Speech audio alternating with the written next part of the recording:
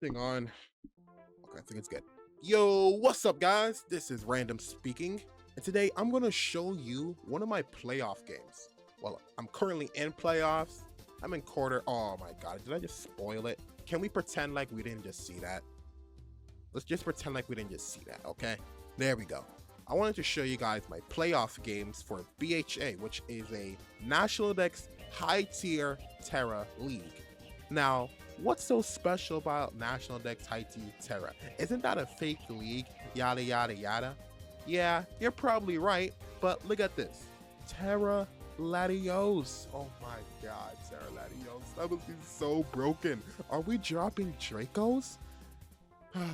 I wish I could say we were, but this game was actually Tera Aurorus's, and I'm going to show you exactly how and why. But before all of that, let me give you some background context. So in this league, I finished off third. Yeah, I'm dancing Dragons. Hey, Hydreigon is the best Pokemon. We don't gonna get it. We don't have to get into that debate right now. But I finished 6th and 2 in this league, which is pretty solid. Could have done a bit better, but what can you really do about it? And my rival is the 6th place Audriet Auditorian. Oh god, please don't. Oh, please don't kill me, bro. The Texas Go-Goats, which is 6th place. So, you know, nothing that crazy. He did pretty good though. And then I come to the matchup and I'm like, oh my god, bro. Is that Mega Mawile, Tera Raging Bolt, Blaziken, Starmie, Mach? Not you, Mach. Matter of fact, not you, Mach, not you, Tegla, not you, Ty, not you, the Diddler. But anyways, he has Mega Mawile, Tera Raging Bolt, Starmie. This team just screams very strong offense. That was the first thing I thought about. Like, I actually do have some more thorough notes. Leave it down in the comments if you want to see my thorough notes. I think it's a bit unnecessary, but you know, I'm gonna go over it in the builder anyways. But when I looked at this matchup, I knew automatically, bro, like my bulk is not gonna help that much here, because man, we got Mawile and Raging Bolts. That's practically, bulk doesn't exist when those two mons are on the field. So I started to play around with my team, and then I pivoted over to this Aurora Veil offense. Now you're probably like, oh great, this guy has no original idea. Screens? Seriously, dude? And yeah, you might be right, but I won't lie. If I didn't have this screens option, this was going to be like a very hard matchup. But nevertheless, let me give you a quick breakdown of this team. We got lead Aurorus. Now I chose Aurorus as the lead because I felt like it was the best lead into like his the five likely leads. I felt like Mawile, I'm just gonna screen on Mawile. Lando's gonna switch. I screen on Bolts. I screen on Blaziken, which is also why I'm Tera Ghost to absorb close combat, and I get to scream on Starmie. So pretty much Veil is gonna go up for completely free. And I have the speed. This speed is for like max speed Adamant Mawile. I didn't know how much speed this Mawile is gonna be, so I just kept it safe and just outsped max speed Ada. And then this bulk is to just live like a Hydro Pump from Life Orb. Starmie, because I honestly did not expect to Tera the Aurorus. Well, you'll quickly see why I was wrong later. Next up, we got Petron, and Petron is God. Just keep that in mind when you watch my replay. Petron is God. And a Nasty Pot is also just so good here. Like, oh my god.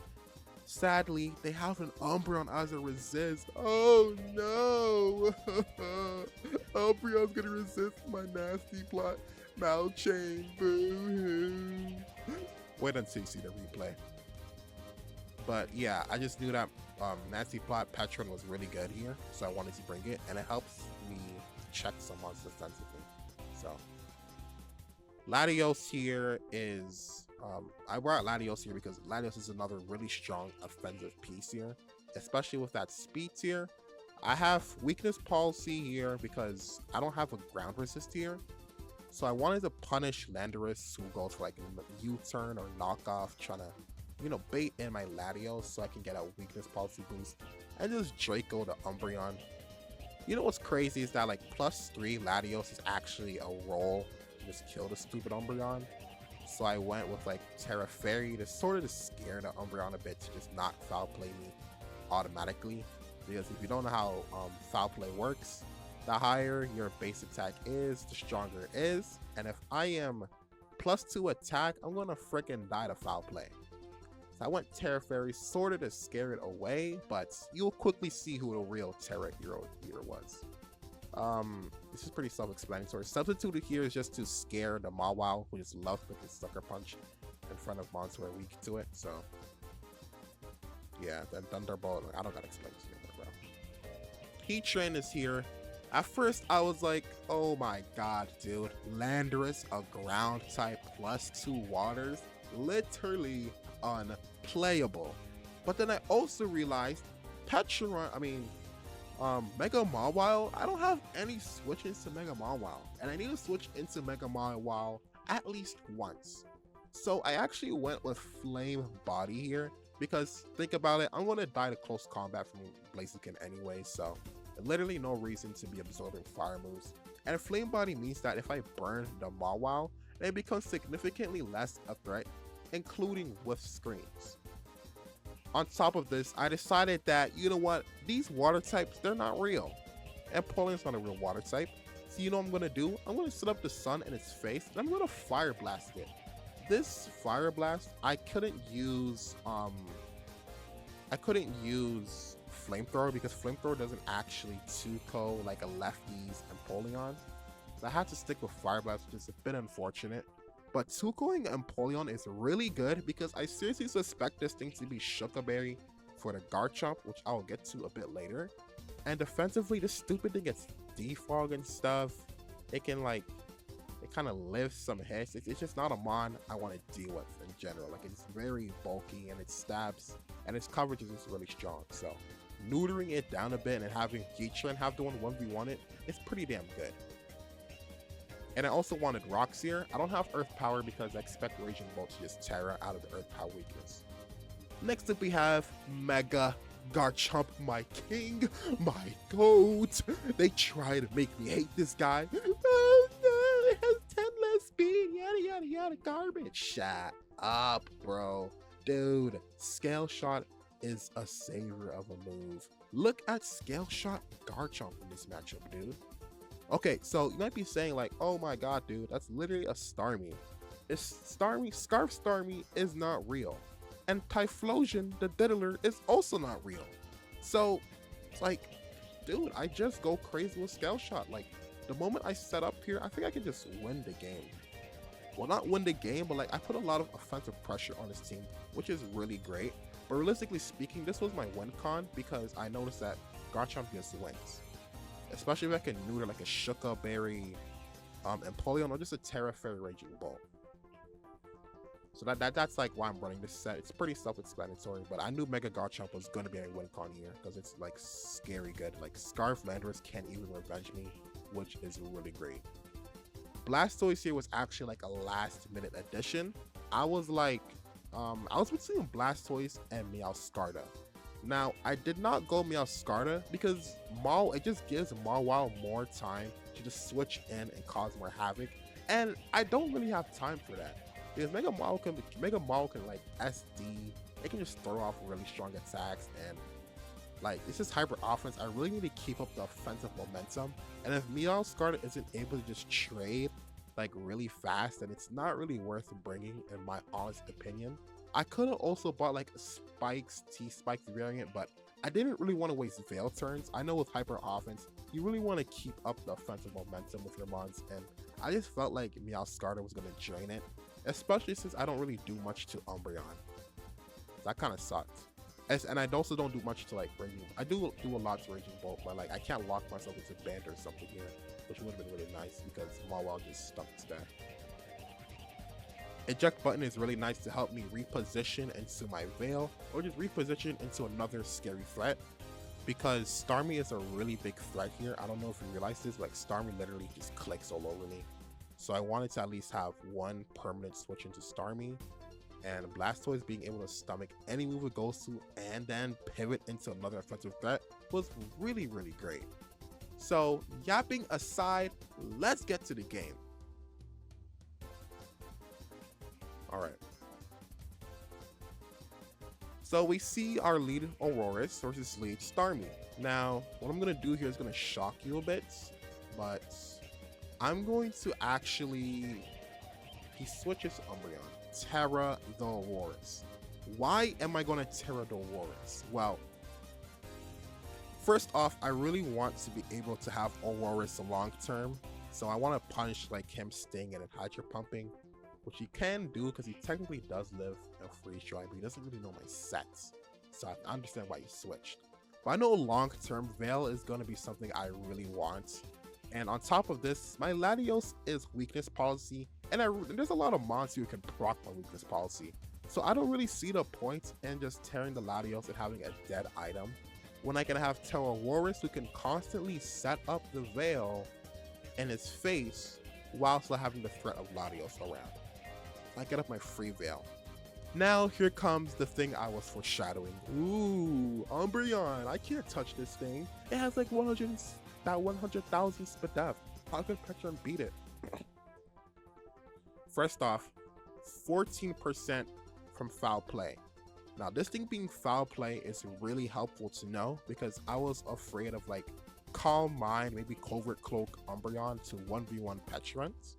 But because it revealed foul play, I can safely assume that it is not Calm Mind. So I nasty plot here. And then he spites me. And I'm like, bro?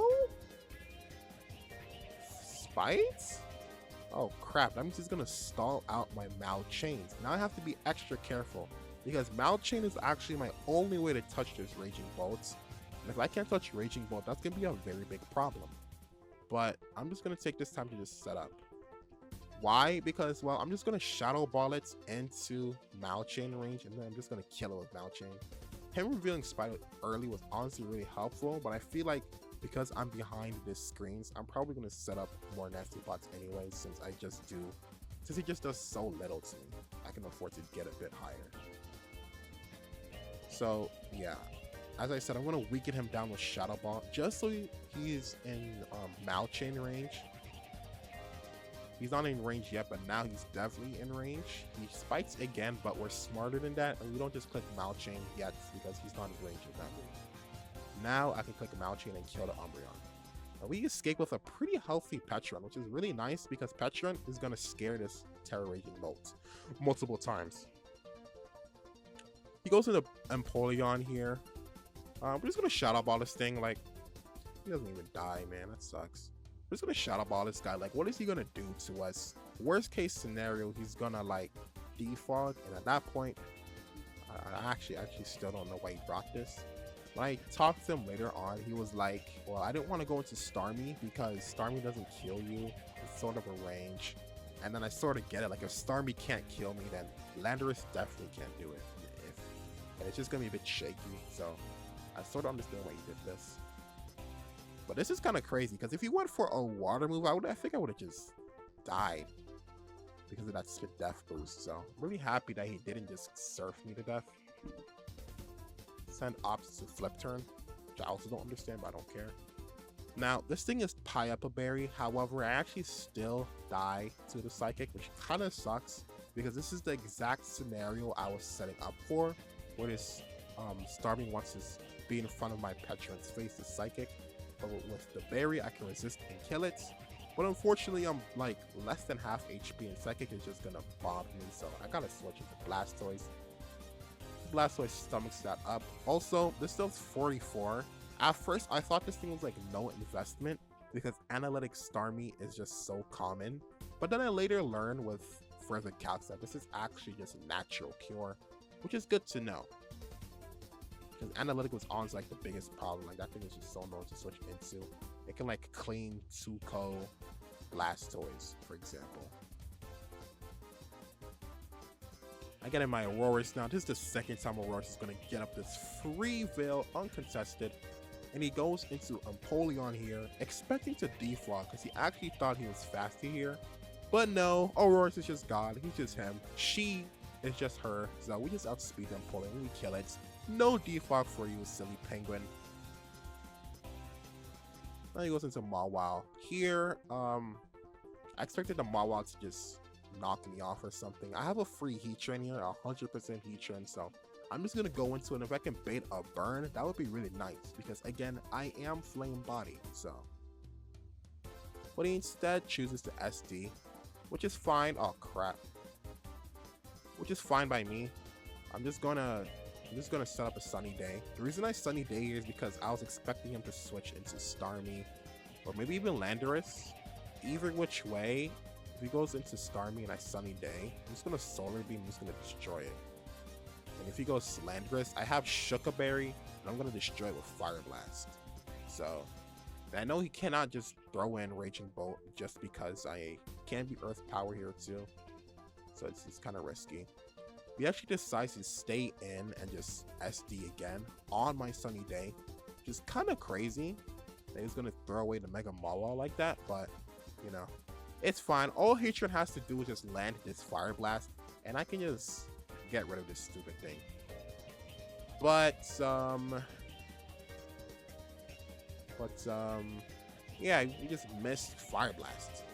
Now that Flame Body was super clutch because although I can still revenge the Mawile, straight up not having the Mawile chip would be super bad, right? Like, let's say I just didn't burn this Mawile. Now it gets to kill my Heatran, and my Heatran would basically escape doing absolutely nothing, and that's definitely not something you want to see in Hyper Offense. Like, at minimum, you want to trade with a Pokemon, right? And Heatran just dying without accomplishing anything would be really annoying for my team, because that means that this Mawile gets to just be full HP and crap, and it gets to be even more annoying against my team. So that Flame Body was actually very clutch to sort of, you know, reward me. So just help me out here since I missed my Fire Blast. Now he's gonna go for another. This is actually a roll to kill me, but I actually lived the move, which is really nice.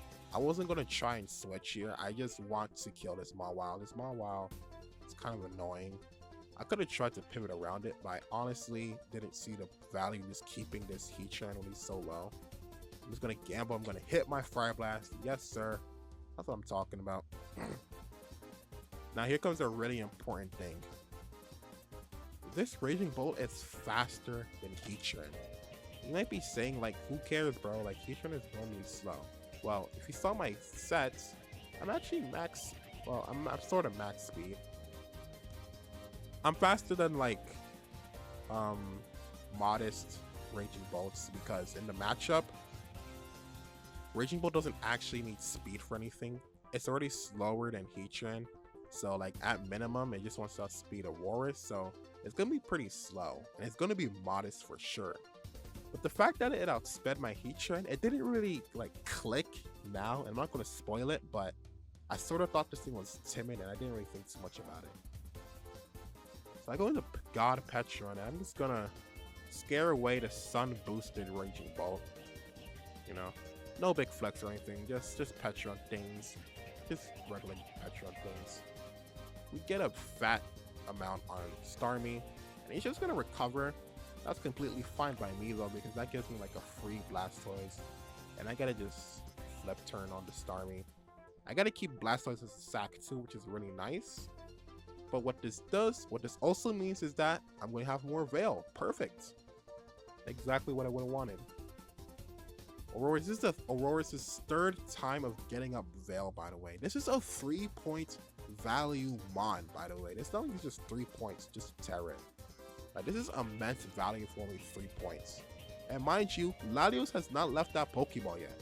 So technically speaking, Aurorus has put in more work than Tera Latios. It's pretty crazy. I like to just stay here and just, you know, just freeze try. I'm just gonna attack what's in front of me. Landorus doesn't want to switch in, and like, if I get a chip this Raging Bolt, I would take that because that chip will be nice for Mega Garchomp. I freeze the Starmie, which is awesome because now I gotta go into Petra in case he goes into Raging Bolt, as that's pretty much his only switching at this point. But he elects to stay in. And even if he were to out-thaw, I'm also the Psychic Resist Berry through screens, so he's definitely not going to kill me here. And I just kill him. Now here, this max attack Landorus actually does not kill Petrons. The only way he would kill me if he was like soft sand or bandit, but I was pretty ready to just give him my Petron here.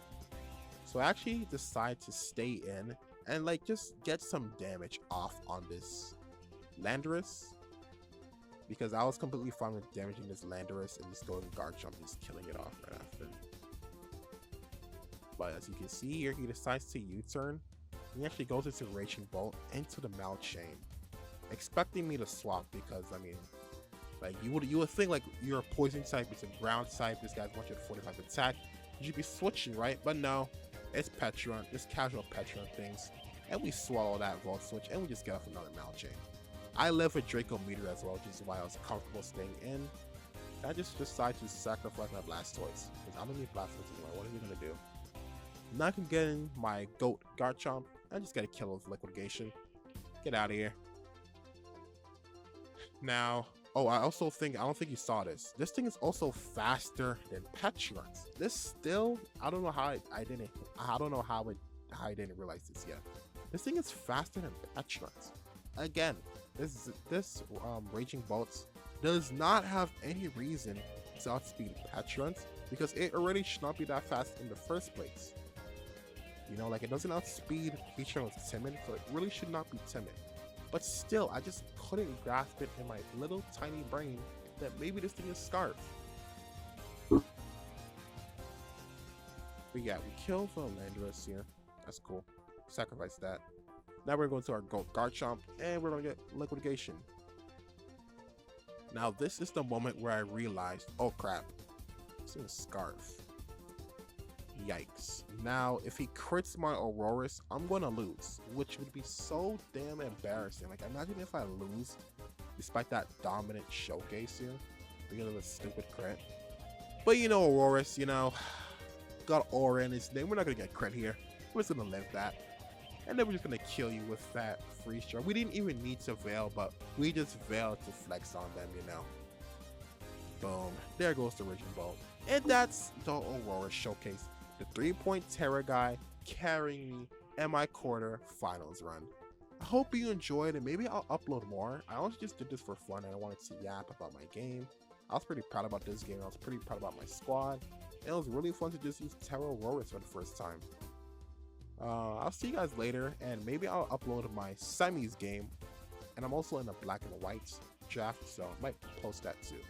Again, thank you for watching and I'll see you guys later. Goodbye.